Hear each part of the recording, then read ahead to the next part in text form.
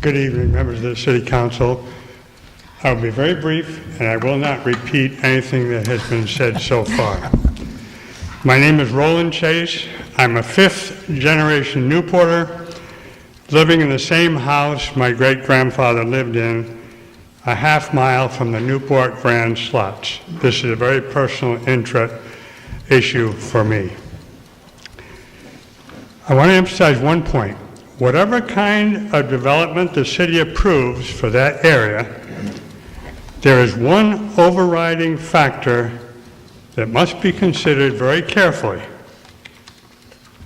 and that's whether it's gambling or not, any major development.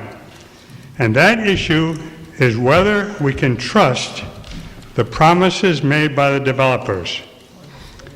Developers, as you know, pitching major projects make all kinds of promises to get the go-ahead, whether it's about the size and nature of the development, the impact on the superstructure, the kinds of jobs that will be created, and so on.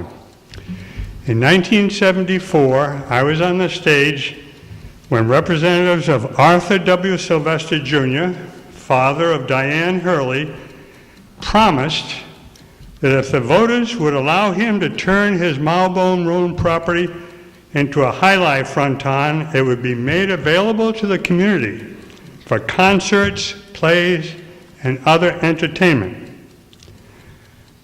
During the next 3 decades, that never happened.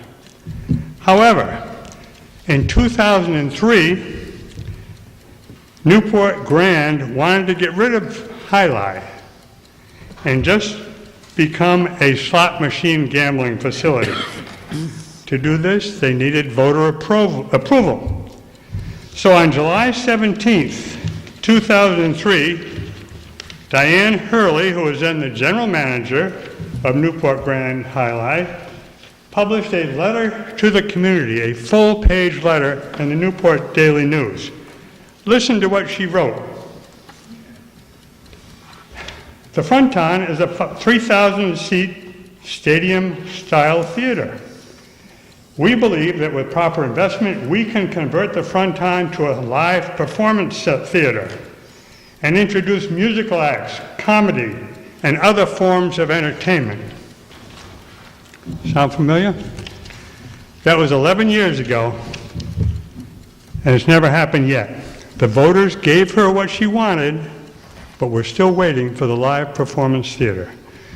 My point is very simple.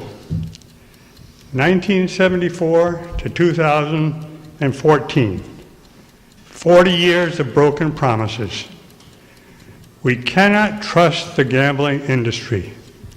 They will promise whatever it takes to get the votes, but when it suits their convenience, they will change the rules or have the rules changed.